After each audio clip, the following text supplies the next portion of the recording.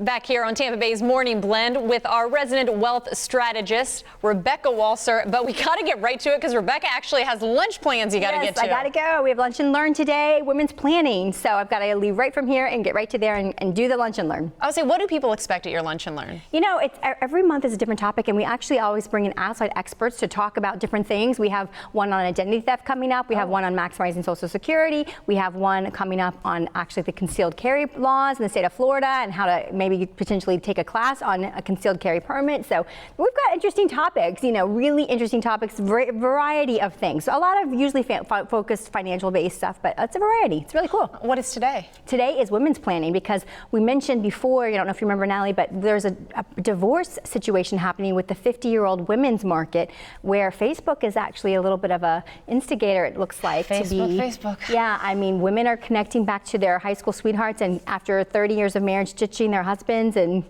getting divorced late in life. Wow. So it's a new phenomenon.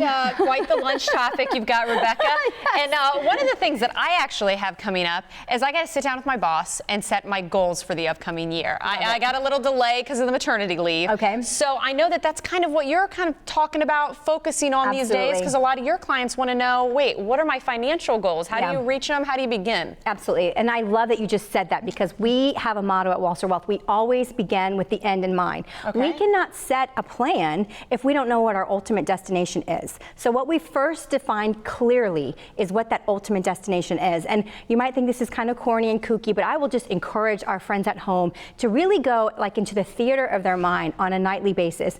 Get in bed, get quiet, turn off the television, you know, turn off the radio, turn off the iPad, and seriously close your eyes and start to think. Because as we're going to show you with these two slides, two of my most favorite quotes of all time. One is from the Bible: "As a man thinks in his heart, so is he."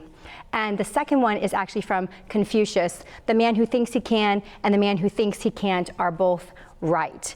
And so what we start to understand is it really is about our belief system and what we are envisioning for our life. And we really need to encourage people in our practice to think bigger, dream bigger, plan bigger. But we have to do that with our everyday life. So I encourage you, Natalie, to go in that meeting with your boss. Okay.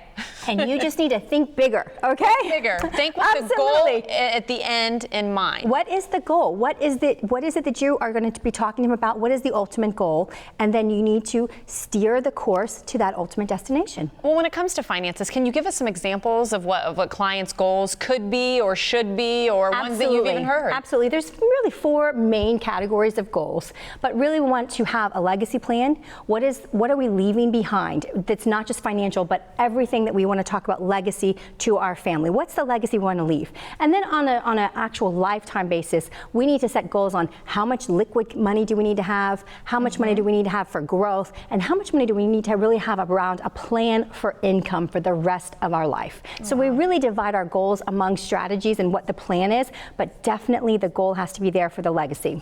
I'm curious, is it a number that you have? Like, do you set a specific number when dealing with financial goals? Absolutely. How can we track to something that's not written and tangible? Has to be trackable. Well, I got to ask, though, if you're setting the end in mind first, how do you work back when it comes to finances?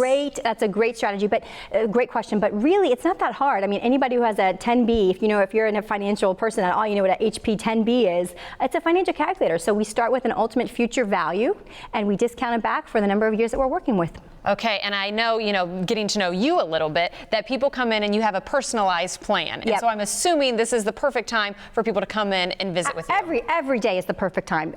Yesterday was the better time. Today is the time. So, it's like they ask, when should you have planted a tree 20 years ago? When's the second best time? Today. Same for planning. We must start today. If you didn't do it yesterday, let's do it today. Okay, that's a great way to kick off the year, even though I feel like we're still kicking off the year because I'm just back from maternity. I guess we are in March already. Absolutely, that's okay. It's like I said, it's a delay. We just start today, no problem. Hey, speaking of quotes, we should put that one on the screen next time. Yes, if it's a delay, we just start today. There we go. Rebecca Walser. We've got a new one. Hey, thank you for your time. And again, we've been talking plenty about goals overall, but if you want to set your own personal finance goals, Rebecca's the one to call. There's her phone number, 866-929-3258, and walserwealth.com.